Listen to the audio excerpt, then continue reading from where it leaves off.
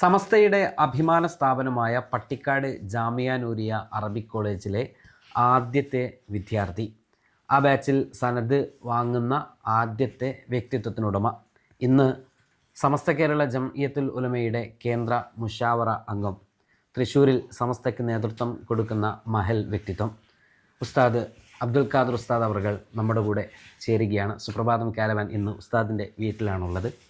ഉസ്താദെ, ഞങ്ങളൊരു യാത്രയിലാണ്, അതിനിടയിലാണ് ഉസ്താദിനെ കാണാനും കണ്ടുമുട്ടാനും സാധിക്കുന്നത്. ഈ പട്ടിക്കാട് ജാമിയ നൂരിയയിലെ ആദ്യത്തെ ബാച്ചിലെ ആദ്യത്തെ വിദ്യാർത്ഥി എന്ന നിലയിൽ ഒരുപാട് ഓർമ്മകൾ ഉസ്താദിൻ്റെ മനസ്സിലുണ്ടാകുമല്ലോ. അപ്പോൾ അന്നത്തെ ഒരു കാലഘട്ടത്തിൽ എന്തായിരുന്നു പട്ടിക്കാട് ജാമിയ നൂരിയ? എങ്ങനെയാണ് അവിടേക്ക് എത്തിപ്പെടുന്നത് ഉസ്താദ്? ഞാൻ അതിൻ്റെ മുന്നേ പരപ്പനങ്ങാടി പനയത്തിപ്പള്ളിയിൽ കൂട്ടുമല ഉസ്താദിൻ്റെ കൂടെ പഠിച്ചിരുന്നതാണ്. അവിടെ 2 വർഷം അവിടെ കഴിഞ്ഞിരിക്കുന്ന സമയത്താണ് ജാമിയ നൂരിയ തുടങ്ങുന്നത്. അപ്പോൾ ഉസ്താദിനെ ജാമിയ നൂരിയയിൽ പ്രൊഫസറായി എടുക്കുകയും അപ്പോൾ അവിടെ ഉണ്ടായിരുന്ന വിദ്യാർത്ഥികളിൽ മുതിർന്ന ഞങ്ങളെ കുറച്ച് പേരെ അങ്ങോട്ട് സെലക്ഷൻ പരീക്ഷയ്ക്ക് കൊണ്ടുപോയി. ആ സെലക്ഷൻ പരീക്ഷയിൽ വിജയിച്ചു. അങ്ങനെ ഞങ്ങളെ അവിടെ എടുത്ത്. അത് ഏകദേശം എത്ര വർഷം? 65 വർഷമൊക്കെ ആയിട്ടുണ്ടാവുമല്ലോ അല്ലേ? അതിപ്പോൾ 63-ലാണ് അതിൽ ആരംഭം. ജാമിയ നൂരിയയുടെ 1963. അന്നിങ്ങനെ ഒരു സ്ഥാപനത്തിലേക്ക് പോവുക എന്നൊക്കെ പറയുമ്പോൾ ഉസ്താദിൻ്റെ മനസ്സിലുണ്ടായിരുന്നു? അന്ന് പറഞ്ഞാൽ അന്ന് ഉണ്ടായിരുന്ന വലിയ സ്ഥാപനം, ഈ സനത് കൊടുക്കുന്ന സ്ഥാപനം ഉണ്ടായിരുന്നത് വെല്ലുവിളി ബാക്കിയാത്ത് സാലിഹാത്ത് മാത്രമാണ് ഇപ്പോൾ അടുത്തുണ്ടായിരുന്നത്. അവിടെ എത്തിപ്പെടുക എന്നുള്ളതും സീറ്റ് കിട്ടുക എന്നൊക്കെ പറഞ്ഞ് വലിയ പ്രയാസമായിരുന്നു. അപ്പോൾ ആ സന്ദർഭത്തിലാണ് ഇവിടെ ബാഫക്കിത്തങ്ങളും മറ്റും ചേർന്ന് എൻ്റെ ഉസ്താദ്, കൂട്ടുമല ഉസ്താദ്, ഇ കെ ഉസ്താദ് എല്ലാം ചേർന്ന് ഇവിടെ അതുപോലൊരു കോളേജ് ഉണ്ടാക്കാനുള്ള പ്രാരംഭ പ്രവർത്തനങ്ങൾ തുടങ്ങി. പെട്ടെന്ന് അവിടെയുള്ള റഹ്മാനിയ മസ്ജിദിൽ വെച്ച് തുടങ്ങുകയും ഉടനെ ബിൽഡിങ്ങിൻ്റെ പ്രവർത്തനങ്ങളെല്ലാം നടക്കുകയും ചെയ്തു. അങ്ങനെയാണ് ഞാൻ അവിടെ എത്തിപ്പെടാൻ കാരണം.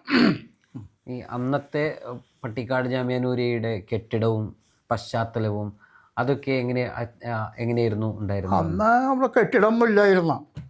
ഈ റഹ്മാനിയ മസ്ജിദ് മാത്രം, പിന്നെ വെറും പരിശായിട്ടുള്ള സ്ഥലങ്ങളായിരുന്നു അവിടെ ഉണ്ടായിരുന്നത്.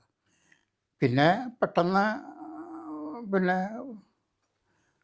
അല്പം അത്യാവശ്യം 1-2 ബിൽഡിങ്ങൊക്കെ എടുത്ത് സൗകര്യങ്ങൾ ഇങ്ങനെ ക്രമേണ കൂട്ടിക്കൊടുക്കുന്ന വളരെ സൗകര്യമായ നിലക്ക് വലിയ വലിയ സമ്പന്നരായ ആളുകളെല്ലാം അതിൻ്റെ പിന്നിലുണ്ടായിരുന്നതുകൊണ്ട് വേറെ പ്രശ്നങ്ങളൊന്നും ഉണ്ടായിരുന്നില്ല. അപ്പുഹാജി ആണ് സ്ഥലമൊക്കെ കൊടുത്തത്. പിന്നെ ബാബയ്ക്ക് തങ്ങൾ, പിന്നെ കല്ലടി കുഞ്ഞാ മുതലാളി, വാളടി കുഞ്ഞാ മുതലാളി, അങ്ങനെയൊക്കെയുള്ള വലിയ വലിയ പണക്കാരാണ് അതിൻ്റെ മുന്നിലുണ്ടായിരുന്നത്. അപ്പോൾ അതുകൊണ്ട് പണിയെല്ലാം വളരെ ശീഘ്രഗതിയിൽ വന്ന് ഞങ്ങൾ ധനതം വാങ്ങി പോരുന്ന അവസരത്തിൽ അത്യാവശ്യം 2-3 ബിൽഡിങ്ങൊക്കെ തയ്യാറായിട്ടുണ്ടായിരുന്നു. അതുപോലെ അന്ന് ഉസ്താദിൻ്റെ കൂടെ ആദ്യത്തെ ബാച്ചിൽ എത്ര കുട്ടികളൊക്കെ ഉണ്ടായിരുന്നു? അന്ന് 29 പേരുണ്ടായിരുന്നു. അവിടുത്തെ അന്നത്തെ ഒരു അന്തരീക്ഷം, നമ്മൾ അന്നത്തെ കാലത്ത് 65 വർഷക്കാലം മുമ്പുള്ള ഭക്ഷണം, ഇന്നൊക്കെ സുഭിഷ്ടമായ ഭക്ഷണമൊക്കെ ക്യാൻറ്റീനിലും അങ്ങനെയൊക്കെ കിട്ടുന്നൊരു കാലം. അന്നത്തെ ആ ഒരു ഓർമ്മകളൊക്കെ എന്തായിരുന്നു? അന്നിപ്പോൾ നമ്മുടെ നാട്ടിലുള്ള വീട്ടിലൊക്കെ ഉള്ള പോലത്തെ ഉള്ള ഒരു ജീവിതം അവിടെ ഉണ്ടായിരുന്നു. വലിയ മോശമൊന്നുമില്ലാത്ത നിലക്ക് ഭക്ഷണ രീതിയൊക്കെ നല്ല നിലയിൽ നീങ്ങിയിരുന്നു. പിന്നെ ഈ ഇവരുടെ എല്ലാം പ്രത്യേക ശ്രദ്ധ എപ്പോഴും ഉണ്ടായിക്കൊണ്ടിരിക്കുന്നതല്ല. ഈ ബാപ്പു ഹാജിയുടെ വീട് ഇതിനോട് ചേർന്ന് തന്നെയാണ്. അപ്പോൾ അദ്ദേഹം ഏത് സമയത്തും ഇവിടെ വന്നു കാര്യങ്ങളൊക്കെ അന്വേഷിക്കുകയും ഞങ്ങളുടെയൊക്കെ എല്ലാ പോരായ്മകളെല്ലാം അപ്പം അപ്പോൾ അതിൻ്റെ പരിഹാരം ഉണ്ടാക്കുകയും ചെയ്തു.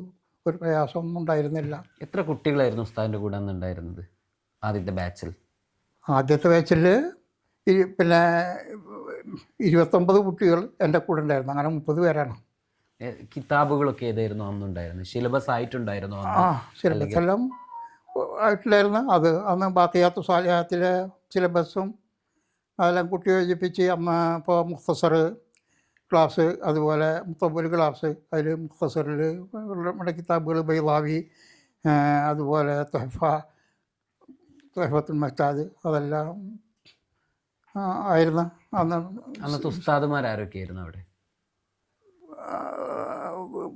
പിന്നെ കൊട്ടുമല അബൂബക്കർ മുസ്ലിയാർ, പിന്നെ